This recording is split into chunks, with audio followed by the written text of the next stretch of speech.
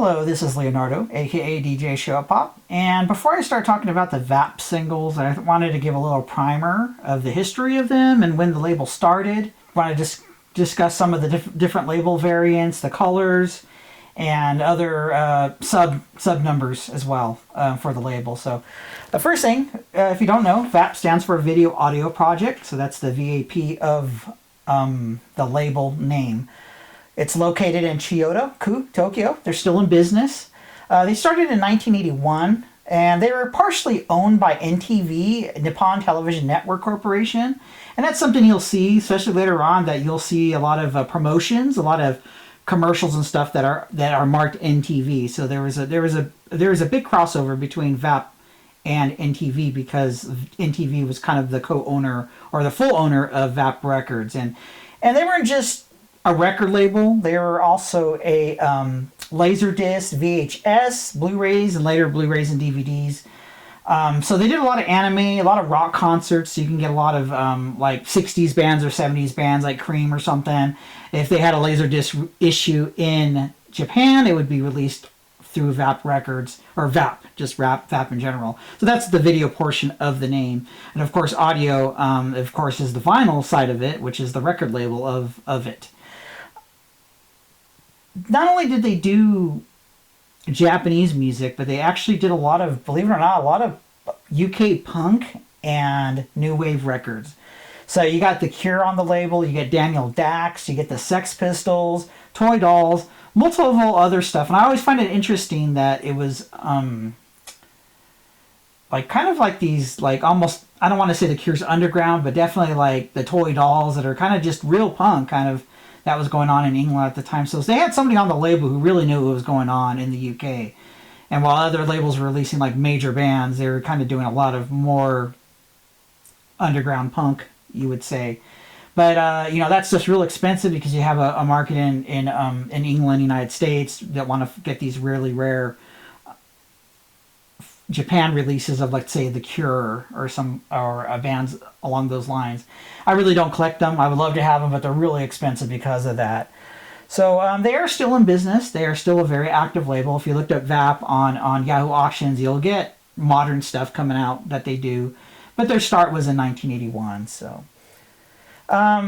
VAP used two labels. They had a couple of other minor ones, but the main ones that a lot of you probably know of is the green label and the yellow label. And I'm going to flip these around here. And you can see that these were the two label colors that were on the label. I haven't figured out why some are green and some are yellow. And I went through every different list, but I haven't been able to figure out. I have a guesstimate that earlier on it was an alternate, like the first record was green and the next release was yellow, and then the third one was green. But it starts getting choked up when you start having an artist that has several records. So all their labels were always red, are always either yellow or green. So that takes it out of, but it's my suspicion that's probably what it is as simple as that. I haven't really been able to really identify why some are green and why some are yellow. So let's see what's going on. Flip these back around here. So it's actually one of my favorite label designs. Every time I see it, it's like I know something good's going to be on it because of Omega Tribe and Momoko. Both of them had a lot of releases on the label, and it just, in my mind, when I see that VAP label, my mind clicks over to say, hey, this is good. It's kind of the reason why I started collecting the label. There's just so much great stuff between the cracks, stuff that people don't know about, that it really made me want to collect this label. And that's part of the reason why I started collecting the VAP records. But I think, personally, it's one of the most beautiful label designs of the 80s. Out of all the different labels, it's my two favorite labels. So, okay, so now I want to discuss the three different variations of the label. Sub-labels that were on the label that use the same catalog number. Akira Inaba had his own kind of sub-label called War Cry. So most of his records, all his records were released on the War Cry label, even though it says VAP on it. S. Kiyotaka also had his own sub-label on VAP, which is Embark Records. And if you can see, it's hard to see, it's in black, but it says VAP right there. And again, it also is under the same catalog series of the regular VAP label. And finally, the third one on the right over here, that is Toys Factory, which was like a punk rock independent label. Had a lot of like alternative, kind of art rock kind of stuff was on Toys Factory. It later, in the early 90s, it later became an independent label separate from VAP. But at this time, some of the real later, I would say 89, 88 releases might have a Toys Factory label on it. So and again, I collect these because they're just part of the VAP catalog series, which is the 10,000 series right here.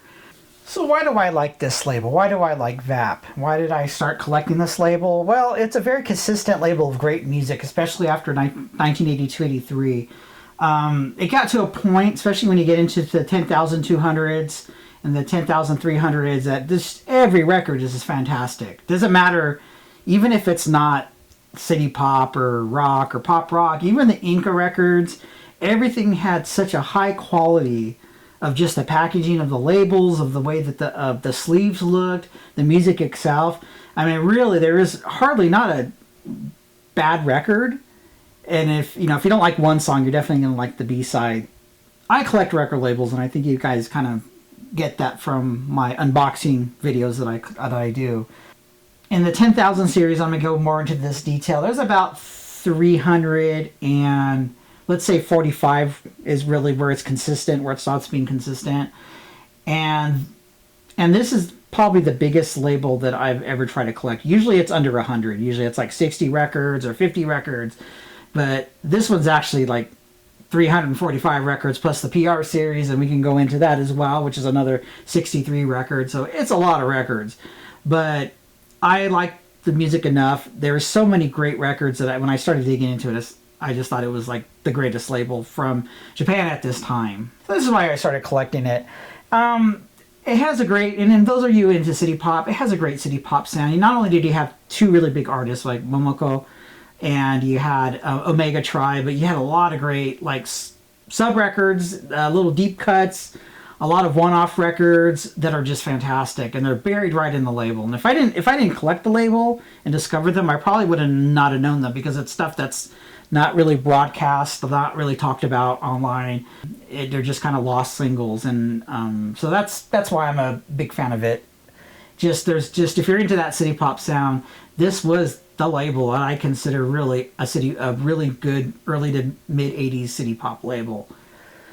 And it had a very distinct sound. I mean, I think if you collect a lot of the Idol records on it, if you collect, Omega Tribe and Momoko and Miho Morikawa, there's a distinct sound across these records. Kind of like Motown, as you would say.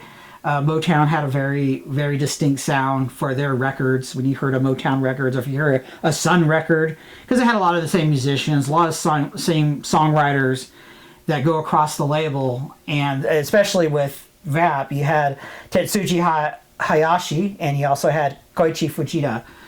Both of them were kind of like the main guys for a lot of the records that were most of the city pop and more of the popular records, the pop records. Those were the two guys mostly those records went through. They always had their fingers on some of the records, and I think that's why part of it. I mean, both of those guys are just brilliant. They work together. Koichi Fujita was the producer, and he had a very distinct sound. So that's kind of why I like the label. It's a very distinct label. I haven't really figured out. I have a lot of input knowledge now that I can figure out, this is the studio they recorded with, this is the musicians they used. And it's slowly coming together of getting a list of why VAP records sounded like VAP records. And but it does have a distinct sound, and it goes across the label, especially when you get past 84, 85, and it really starts picking up of having that distinct VAP sound. So that's why I'm a big fan of it. So I'm going to do the breakdown of the different series labels. You might have just picked them up and not even cared and not even worried about what the numbers are for the label. So for the singles, the standard stock singles that were released, they were the 10,000 series. So it'd be 10,000 001, 10,000 002. The last two numbers, it's usually like, for instance, this Pride one is 10 279.07. The 07 is actually the price of the record, so it would be 700 yen. And so there's a couple actually 05s, which is 500 yen, but mostly they're 700 yen because that's all the way up to around 89 is when the excise tax ended and they all had to put the taxes on the records, and that's when the records start getting weird prices. But at this time, it was just a distinct 700 yen for the record. Like I said, it starts with 10,001. It goes to roughly around 10,345, and again, that's right about 1989. And then after that, they kind of pick and choose if they're going to have a vinyl release for it. And I still, who knows how many of these records are out there or not after 1,345. I've been researching it. I'm missing what I've got. There's 17 records I haven't identified between those numbers. And there's a few more that I've identified, but I haven't posted them on Discogs yet. But generally speaking, I pretty much identified nearly all of the standard 10,000 series. Now, those numbers continue because the CD singles were 20,000. So if this was Pride, this record was 10,279. The CD single, this 8mm single, would be 20279. So that number continues on through the 90s, but when it comes to the vinyl records, just for the fact that the vinyl records stopped being produced, it stops at 10,345. So now that's the big bulk of the 10,000 series. So most of the records you pick up, if you're picking up an Aboga Tribe, Miho Morikawa, Momoko, if you're picking up those records, mostly you're going to be in the 10,000 series. Now there is another series which is called the PR series, and I have one right here. Probably one of the more famous ones. I got those, and right here we have. Get that in the middle here. This is Deja Vu by Momoko Kikuchi. This was on the PR series. Now the PR series will have a prefix. It'll say PR101, PR102, PR103, all the way up to PR063. And these weren't singles. These were mostly promotional records that would be part of another release, or they're trying to promote the record, an album, or later on it was the vinyl releases of just the regular 20,000 CD series. This is probably one of the most famous ones because this isn't a single. People think Deja Vu might be a single because it looks like a single, but it's not. It's not considered part of her single. It was to promote her box set, the double box set called Graduation. That was an A and B side collection from records, her singles all the way up to that moment of her career. And to fill up the release of the album, they included this. They released this record to the record radio stations to say, "Hey, you got to buy the Graduation. It has this great new song called Deja Vu. The only way you can get the song on it is if you buy the box set." So this single, for instance, or not a single, this promo was for that specifically. There's no price tag on it. It actually says "not for sale" in the corner and everything. But if you look at the label and I have it upside down, but. Let's see. If you look at it, it says PR. I think 108 is the number for it. So that's its own series, and many of these I haven't identified. I think, like I said, there's 63 or 62 of them. I think there's like a good 20 that I haven't identified. A good over 20, like 22 or 23. They're very hard to find. They randomly pop up. Most of them are, especially later on. Most of them have to do with the CDs that were released at the time. So it'd have a vinyl release for the CD of CD single at that time. And then again, just like this one, it'd promote an album, so they don't have to send the album to the radio station. They just send this, and the station would do it. So this is much more harder to collect because a lot of them just haven't been identified yet. I'm looking for them, and I periodically I'll identify one out of the blue, like wow, But generally speaking, I would say a little bit more than half of them have been identified. I would say around 30 of them, 30 to 5. But it's getting there. So another series, and I don't have any of these in my collection, but this was a series called the 14,000 series. So it'd be 14,001, 14,002, so on and so forth. This was mostly a Kayo, Mood Kayo, Inca record selection from 84 to 88. I don't understand why this series exists because the standard line also had Inca records and Mood Kayo and everything. It I haven't been able to justify it, why they would do this separate sub-label. Maybe just to focus the marketing on it. But like I said, the regular standard 10,000 series also has Mukayo and Inca and Kayo, just Kayo ballads and everything. I don't own any of them, so of what I've heard on YouTube, most of them are just those styles that I just mentioned. A lot of those haven't been identified, especially the later ones. I identified one a couple of days ago, so that one I put that one up on Discogs so you can see from that series. But that series really doesn't do anything for me at this point. At least I want to wait till I at least get a lot more closer to completing the 10,000 and the PR before I try to go down that line. And it just might be just a line of music I'm just not into. But if I see them for cheap, and if I'm in Japan, I'll definitely pick them up. And finally, the last one is another series I don't have. The last one is the 1000P series. And these are kind of a unique one too. And I want to go into this in detail in another video. But in Japan, they really didn't have an independent music industry. It really doesn't start till the 80s.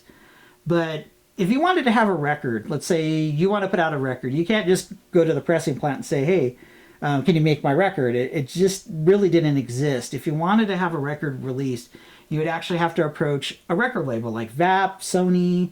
Those are the two I know for sure, but I'm pretty sure all the labels kind of had them. I know Epic might have had it back in the 60s and 70s, but if you wanted to have like a record out, you would approach them and say, hey, I want to put this record out, and then the label would release it for you. But it would still be under the label, but it's not really associated with the label. It's not their marketing. They're just pressing 100 for you, 50 for you, and so you can go when you're singing your Kayo at the bar. You can say you have a record, and that's the 1000P series. And I can say this is the series that's the most unknown, because I would say there's less than 10 or maybe 20 that have been identified, and I think the numbers go up to like the 70s. And I would think those are the rarest ones to find because they were independently produced, pressed only for 50, 100 records. And then, so who knows how many are out there. And I rarely see them. I even see the 14,000 series. I rarely see any new P series because of that reason. I don't think anybody's really looking at those records. There could be some magic in there. I wouldn't be surprised if one day some obscure city pop record or Kayo or punk record was released under there. But that's how you had to put out a record back in that time period, was you had to have a major label press it for you and print it for you and everything. The independent music industry really doesn't start until the 80s, but it's mostly with like punk rock records, mod records. I have no idea where they're pressed at. I don't know if the major labels are pressing them just for them, or if they're being pressed outside of the country, like in the United States or something, then shipped to Japan where you can, have your independent punk record. There was really one independent label, at least in the late 60s, 70s, called Elect Records. And that's a bigger topic. I kind of want to go into more detail with that because it's a very unique subculture of Japanese music of having your record produced by a major label, even though it's an independent record. So those are the main labels here. And let me put couple of these back up. So coming back to the 10,000 series, this is the series I'm going to be reviewing. I'm going to try to do my best to do it in order. I have 10,000 through 10,001 through 10,030. So I have the first 30 records, and the 30s I'm missing quite a handful. But mostly I'm out of all those records, out of let's say 345 records, I'm only missing 80 records. I'm very close to completing the entire VAP run, other than the ones I haven't identified, the 17 that I haven't identified yet. So my next video is going to be about reviewing VAP records starting in 1981 with 10,001 through the first 10 singles. So now I have a little bit better idea of what VAP Records is about, at least the singles, about the different lines of records they had, and you can kind of follow through, like maybe going into your VAP record collection saying, oh, I have a PR, or I have a 10,000, or I might even have a 14,000, or even a promo version of something. But so you have a better idea what the label's about and where it's going. So, all right, so let's go ahead and do that video. Thank you.